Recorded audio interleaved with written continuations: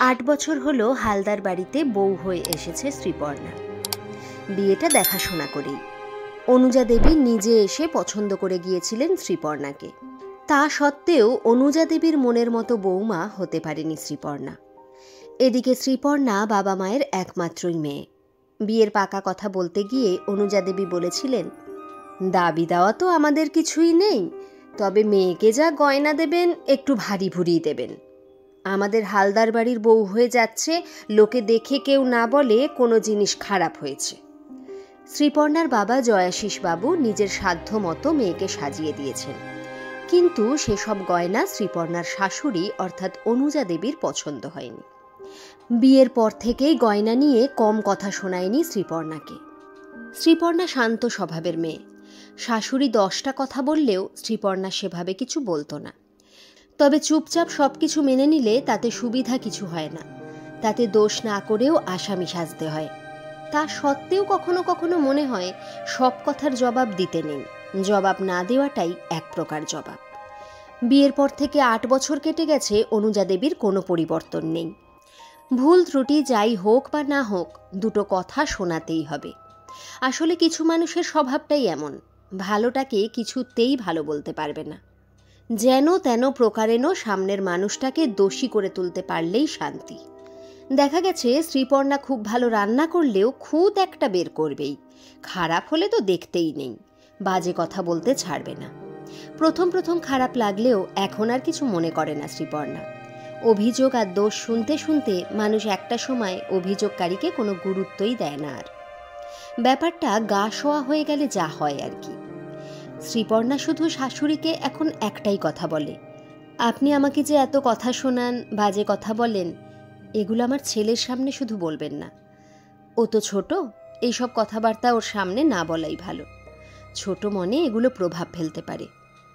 শ্রীপর্ণার কথায় অনুজা দেবী কোনো কর্ণপাতই করেননি। ওই যে কথায় আছে, চোরে না শোনে ধর্মের কাহিনী। অনুজা দেবী চলেন নিজের মতে, তাতে কার ভালো হলো আর কার মন্দ হলো সেসব উনি দেখেন না। এদিকে এসব ঝামেলার কথা শ্রীপর্ণা রাজেশের কানেও তোলে না। রাজেশ অর্থাৎ শ্রীপর্ণার হাজব্যান্ড। বিয়ের পর 2-1বার অভিযোগ জানিয়েছিল রাজেশকে। তার উত্তরে রাজেশ বলেছিল, তোমাদের এই মেয়েলি কুটকাচালি আমাকে একদম শোনাবে না, নিজেরা ঝগড়া করলে নিজেরাই মিটিয়ে নিও। তুমি কিংবা মা কেউ আমাকে কারো নামেই নালিশ করতে এসো না। মাঝখানে পড়ে আমি ওই শাখের করাত হতে চাই না। অফিস থেকে বাড়ি ফিরলেই মা অভিযোগ করবে তোমায় নিয়ে, তুমি অভিযোগ করবে মাকে নিয়ে। আমিও তো একটা মানুষ, ঝামেলা করলে নিজেরাই মেটাবে। তারপর থেকে শ্রীপর্ণা এসব ব্যাপারে কোনো কথাই রাজেশের কানে তুলত না। সেদিন ঘটল একটা ঘটনা। ছুটির দিন বলে রাজেশ বাড়িতেই ছিল। রাজেশ তখন ঘুমাচ্ছিল। অফিস না থাকলে একটু দেরিতেই ঘুম থেকে ওঠে রাজেশ। তো সাত সকালেই অনুজা দেবীর সাথে এক প্রতিবেশীর ঝামেলা বেঁধেছে। ঝামেলা মানে সে ধুমধুমার ঝগড়া। সামান্য একটু জায়গা নিয়ে দীর্ঘদিনের অশান্তি। বিয়ের পর থেকে শ্রীপর্ণা দেখে এসেছে প্রতিবেশী কাকু কাকিমার সাথে সেরকম কোনো সদ্ভাব নেই। শ্রীপর্ণা তবুও প্রতিবেশী কাকিমার সাথে কথা বলে টুকটাক, সেটা আবার অনুজা দেবী পছন্দ করেন না। যাই হোক, ধুমধুমার ঝগড়া সাত সকালে। পাশের বাড়ির ওই কাকিমা ওপাশ থেকে চিৎকার করে বলছেন, অনেক সহ্য করেছি, আর না, এবার থানা পুলিশ করতেই হবে। ভদ্রমহিলার মুখের যা ভাষা তার ছাড়ছি না, পুলিশ আসুক, এর একটা শেষ দেখে ছাড়ব। শ্রীপর্ণার 7 বছরের ছেলে তখন চিৎকার করে বলছে, পুলিশকে তাড়াতাড়ি ডেকে নিয়ে এসো, নিয়ে যাক আমার ঠাম্মাকে। অসভ্য মেয়ে একটা, ছোট লোক বাড়ির মেয়ে, ফালতু মেয়ে, বাবা মা কিছুই শেখায়নি একে, বাড়ি থেকে বের করে নিয়ে যাও একে। ঝগড়ার তাণ্ডবে ততক্ষণে ঘুমের 12টা বেজেছে রাজেশের। রাজেশ ঘুম থেকে উঠে এসে দেখছে মায়ের সাথে ঝগড়া চলছে প্রতিবেশীর, আর তার 7 বছরের ছেলে ঠাম্মার দিকে তাকিয়ে ওই কথাগুলোই বারবার বলে যাচ্ছে। ছেলের কথা শুনে তো রাজেশ অবাক। অনুজা দেবী তখন ছেলেকে সামনে দেখতে পেয়ে বলে ওঠে, রাজু একবার দেখ বাবা, নিজের কানে শুনলি তো, শত্রু শুধু বাইরেই নয়, শত্রু ঘরেও আছে। বাইরের লোককে আর দোষ দেই কি করে, ওইটুকু ছেলেকেও কেমন শিখিয়েছে দেখ, তোর বউয়ের কীর্তিকলাপ নিজের চোখে দেখলি তো। সেই মুহূর্তে ঝগড়া সামাল দিয়ে রাজেশ ছেলেকে বাড়ির ভিতরে নিয়ে চলে আসে, সঙ্গে মাকেও। অনুজা দেবী গজগজ করতে করতে বলেন, একটা বিহিত আজ করতেই হবে তোকে। আমার শত্রুর সামনে ওইটুকু ছেলেকে শিখিয়ে দিয়েছে তোর বউ, তা না হলে ওইটুকু বাচ্চা এমন কথা বলে? শ্রীপর্ণা তখন পাশেই দাঁড়িয়েছিল। রাজেশ প্রতিবাদ করে ওঠে অনুজা দেবীর কথায়, বলে, আমি তো শ্রীপর্ণাকে চিনি, ও অন্তত এই কথাগুলো ছেলেকে শেখাবে না। তাহলে ওইটুকু ছেলে এসব কি করে বলল? নিশ্চয়ই শিখিয়েছে। মা, তুমি শান্ত হও, আমি দেখছি বিষয়টা। ও তো বাচ্চা, ওকে বুঝিয়ে বললে ও কথা শুনবে।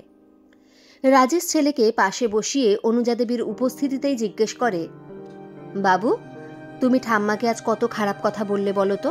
এসব বাজে কথা তুমি কোথা থেকে শিখলে? শিশু মন সহজ সরল হয়, তার মধ্যে তো পাপ তাপ নেই। অকপটে বলে ওঠে, ঠাম্মাই তো আমার মাকে বলে অসভ্য মেয়ে, ছোট লোক মেয়ে, ফালতু মেয়ে। বাপ মা কিছুই শেখায়নি তোমাকে। ঠাম্মা, তুমিই বলো তো এগুলো, আমি ঠাম্মার থেকে শিখেছি। ওসব কথা মুখে আনতে নেই বাবু।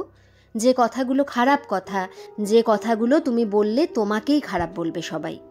কেউ খারাপ কথা বলল বলেই কি তুমিও খারাপ কথা বলবে? তাছাড়া তুমি যে ঠাম্মাকে বললে, ঠাম্মা কিন্তু মনে মনে অনেক দুঃখ পেয়েছে। তোমার ঠাম্মা মানে তো আমার মা, বলো।